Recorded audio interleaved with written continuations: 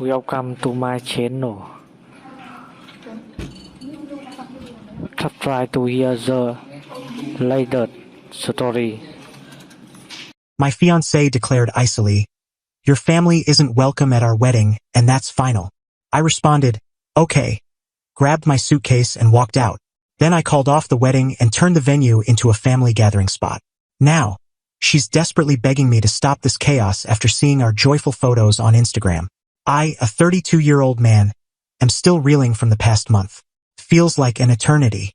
Roughly 4 weeks ago, my then fiancée, Claire, 30, obliterated our wedding plans and, by extension, our relationship.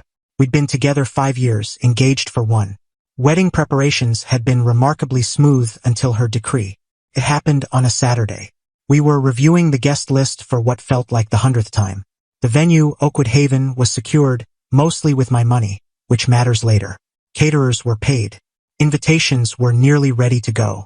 Out of nowhere, Claire got this oddly resolute look. "Liam, about your family," she said. "I've decided they can't attend the wedding." I blinked, nearly choking. "Excuse me? My family? You mean my parents? My sister, who you picked as a bridesmaid? My aunts, uncles, cousins?"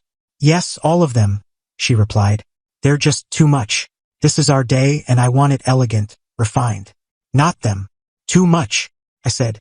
"Claire, they adore you. They've been nothing but kind. What are you even saying? They're not our type, Liam. Boisterous.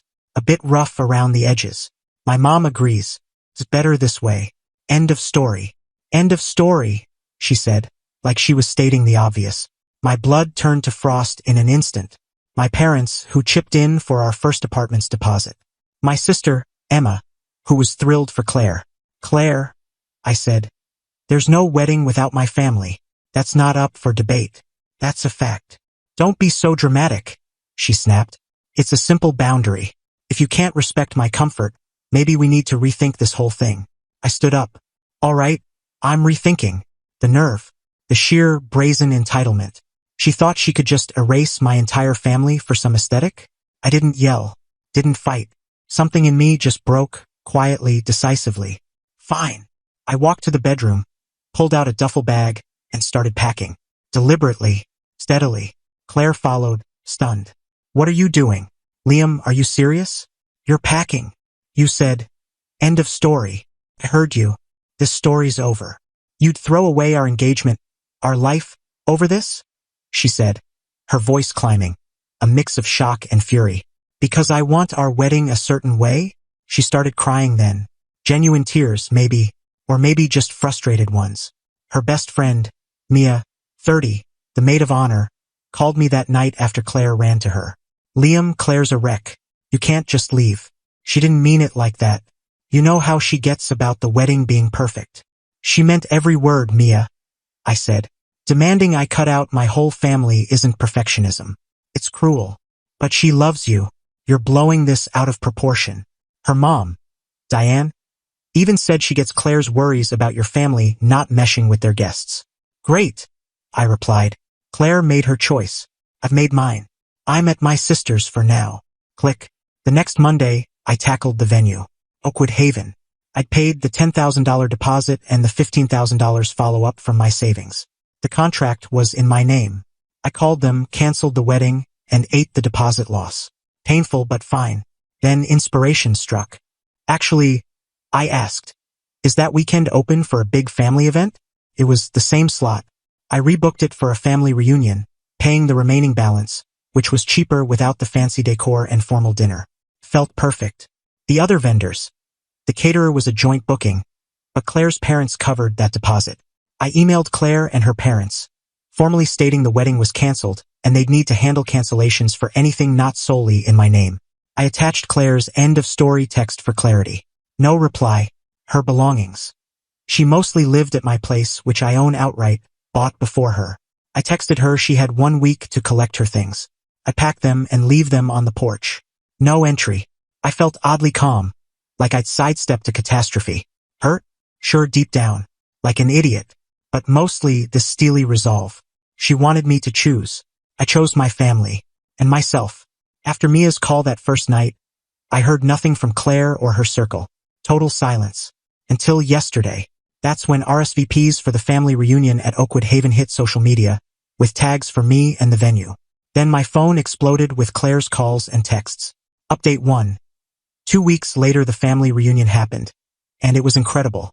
But not without more drama, naturally.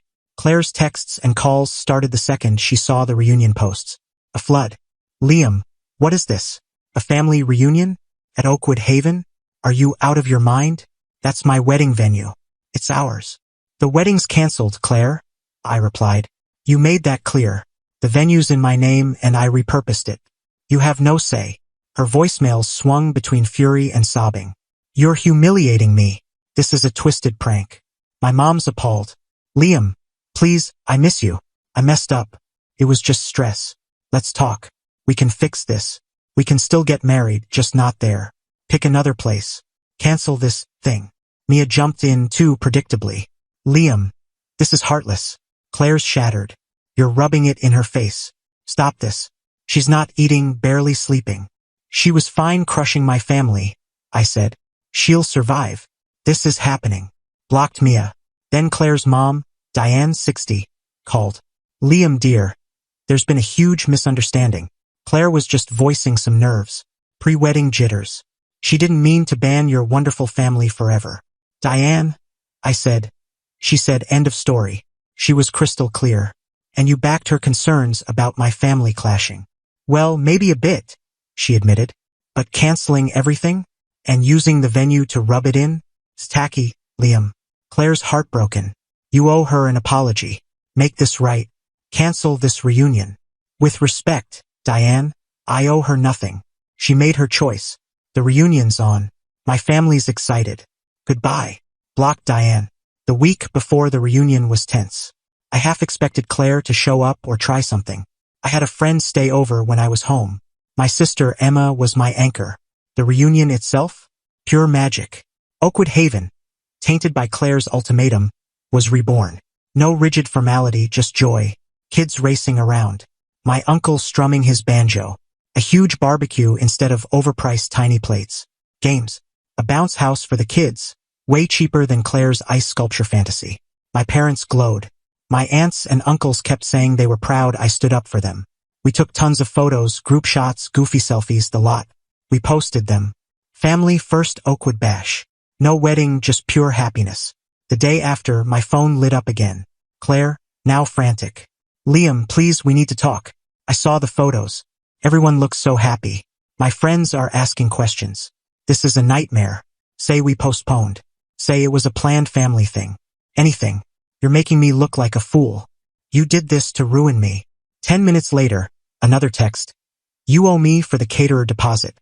My parents paid that. And my dress? You covering that, you spiteful jerk. The gall was staggering. She torches our life.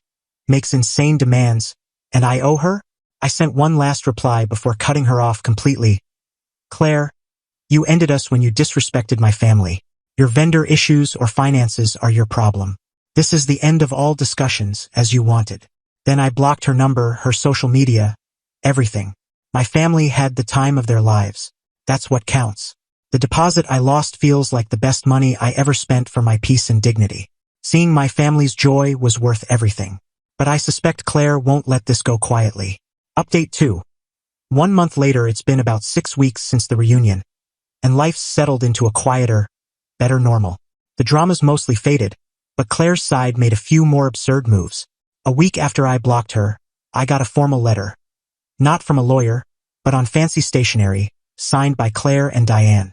It was a long-winded demand for mediation over my vindictive wedding cancellation and compensation for their non-refunded deposits, caterer, dress, florist they booked without my input, emotional distress, public humiliation from the reunion, and the value of gifts their side had to return or explain. They were trying to charge me for their embarrassment and her ultimatum's fallout. The letter hinted at further steps to protect Claire's reputation if I didn't comply, a veiled threat. I didn't respond. It was laughable. Emma, my paralegal sister, read it and called it pathetic posturing. Then came their smear campaign. Claire, with Mia and Diane as her megaphones, started spinning tales to mutual friends and anyone who'd listen. The story? I got cold feet, turned controlling, canceled the wedding in a huff, and threw a party to shame Claire. They left out her demand to ban my family. A few distant acquaintances bought it, sending me, "That was harsh, man" texts. I replied with Claire's end of story text and a link to the reunion photos, labeled, "What really matters." Most went quiet. Some apologized. The lowest blow came 2 weeks ago. I volunteer at a community center, teaching kids to code on weekends. The director, Mrs. Thompson, a kind woman, called me in. An anonymous parent had emailed concerns about my unstable emotional state and aggressive online behavior, questioning my suitability around kids. They cited my messy public breakup and provocative posts. My stomach dropped. This was a calculated hit on my passion and reputation. Luckily, Mrs. Thompson knows me well. I explained calmly, showed her Claire's text, and detailed the reunion and Claire's retaliation. I offered to step back if needed. She waved it off. "Liam, I've known you for years. This is someone's grudge, not a real issue. You're valued here." She promised to dismiss any more anonymous complaints. Huge relief, but it showed how far Claire's camp would go. Claire's fallout?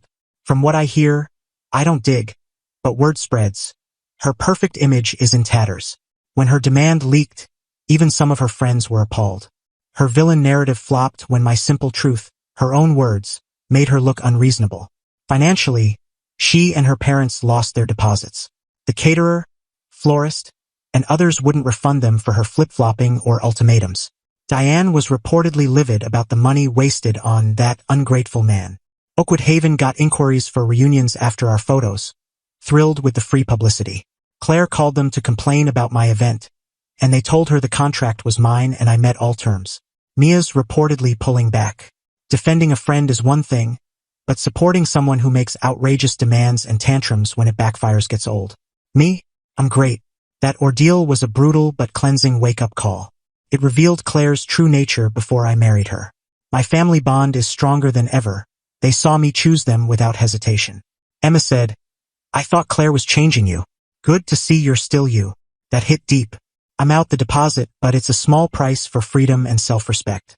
The peace of standing firm, rejecting manipulation, and protecting my family is priceless.